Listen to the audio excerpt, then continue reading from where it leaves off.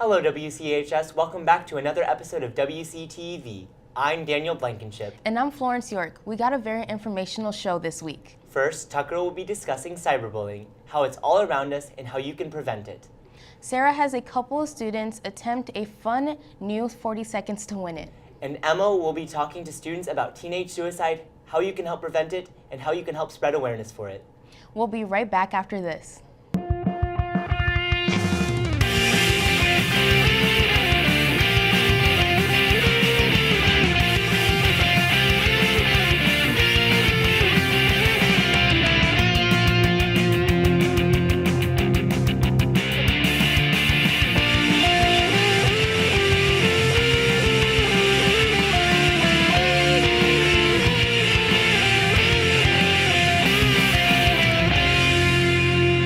Florence, did you know that according to DoSomething.org, nearly 43% of kids have been bullied online and that 1 out of 4 of them have had it happen more than once?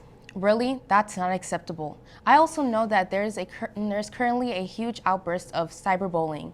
Even though advancements in technology is an extremely beneficial thing for our world today, with those advancements comes more cyberbullying. Speaking from experience, cyberbullying is not okay. Did you know in the state of Iowa it is illegal to cyberbully on school grounds, but once the tormenting is off campus, it is no longer illegal? Cyberbullying is a big issue in America, and it's sad to see that it still happens today. Tucker is here to tell us what cyberbullying is and how we can prevent it. Hey WCHS, I'm Tucker Judkins, and did you know that nearly 43% of teens have reportedly been bullied online? With the ever-growing use of technology in our daily lives, cyberbullying has grown a lot too. Cyberbullying takes place over digital devices such as phones, computers, and tablets. It usually occurs through social media apps like Facebook, Instagram, and Snapchat, but can also happen through text or email. As the issue grows across the country, so do its consequences. Cyberbullying is now illegal in all 50 states. I caught up with Mrs. Greenfield to talk about how to detect cyberbullying and what to do if it's happening to you or someone you know. If a student feels that they've been cyberbullied or has a friend that comes to them and has been cyberbullied, they need to talk to an adult. Go to a teacher, go to a counselor, go to a parent, and also a lot of times you can screenshot whatever is on that device, and that's also a way to save that so that if anything more comes down the road, we could take care of it. Generally, Ms. Seliger and myself are in the offices here anytime between 8, 4 o'clock, sometimes 5 o'clock, sometimes 7:30 in the morning. It just depends. Stop in and check with us. If you need us, leave a note on the door or on one of our desks if we're not here. Over half of the teens who are reportedly being cyberbullied don't tell their parents or responsible adult when being cyberbullied, so it can be tough to detect. If you suspect someone is cyberbullying, there are a few things you can do. If you aren't the individual being cyberbullied, make sure to encourage the victim to report to their parents or another responsible adult. 86% of cases reported are solved within 1 week of reporting the problem. If you or someone you know are being cyberbullied, be sure to find an adult, or you can even visit the school counselors here at WCHS. This has been Tucker Judkins reporting for WCTV. Thank you, Tucker. It's important to remember that if you ever need help, you should reach out to someone you can trust. If you or a friend are being cyberbullied, block the bully and report it. No one should have to sit through the pain of being bullied online or in any other way. Friendship is very important when being cyberbullied, and victims can feel very alone. So let's have a little fun and watch a couple of friends have some fun with Sarah's 40 seconds to win it. What's up, WCHS? It's Sarah here with this week's 40 seconds to win it. A good way to lift up your joy is to stay fit and to keep being active. I found 3 students who are up for this week's challenge.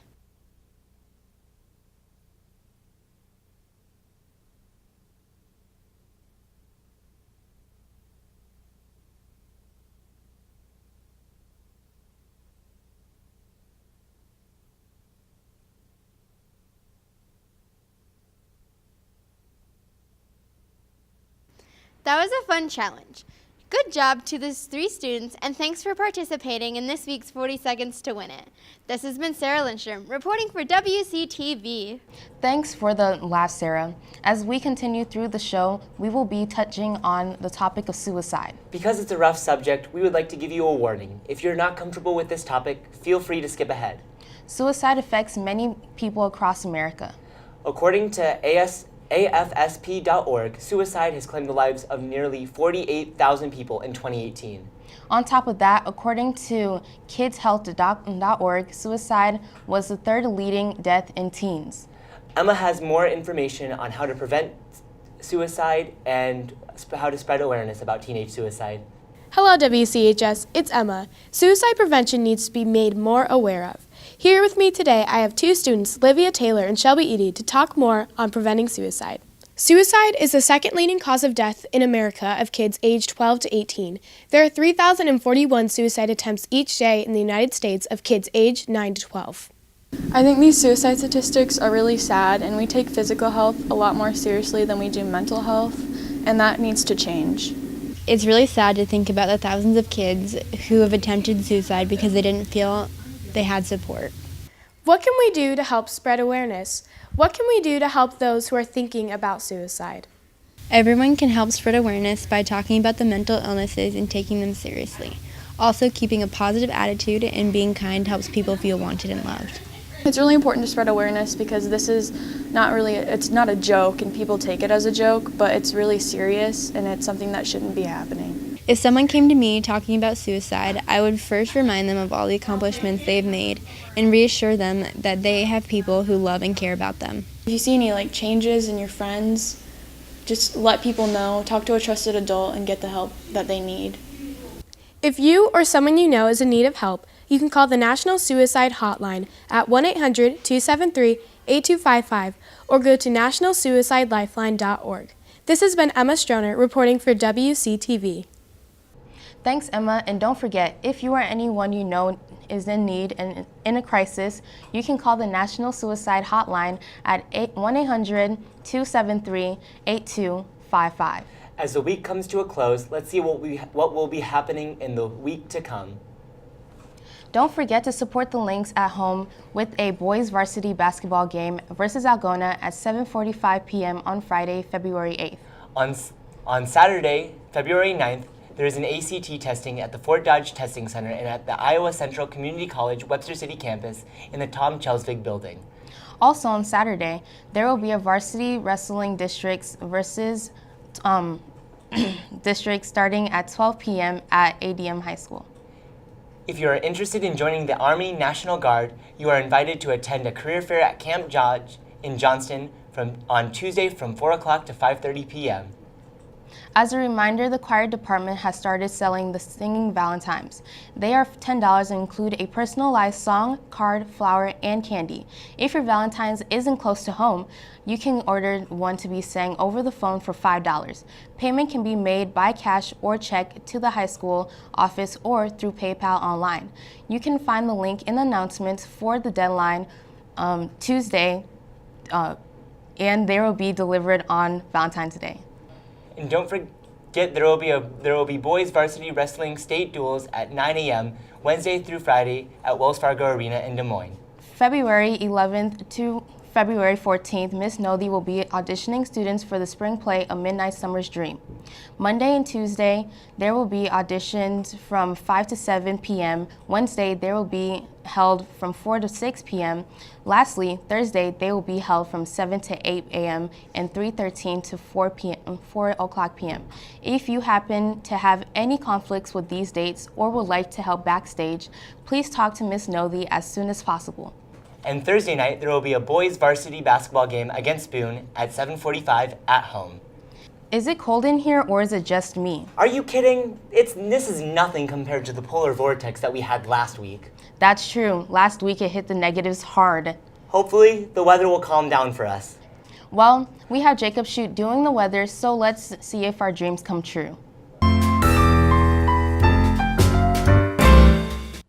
Well, it's definitely going to be a really cold one this weekend, so be prepared to bundle up and stay warm up while going out this weekend. On Friday, it'll be mostly sunny with the winds from the northwest going 7 to 16 miles per hour. The high will be 7 degrees with the low of -5. On Saturday, it'll be cloudy with winds coming from the southeast going 8 to 15 miles per hour. The high will be 20 degrees and a low of 14 degrees, so make sure to bundle up, guys. Sunday will be a snowy day with winds coming from the northeast going 7 to 9 miles per hour. There'll be a high of 24 and a low of 14. Make sure you stay warm out there. Back to you, anchors. Thanks, Jacob. I can't wait to see what we will have next week. Well, Tucker and I will be anchoring the Valentine's Day show next week, and there will be, well, I'll just let you see it for yourself. Sounds very interesting. I can't wait. Yes, but that's it for this week. This has been Daniel Blankenship And Florence York. anchoring for WCTV.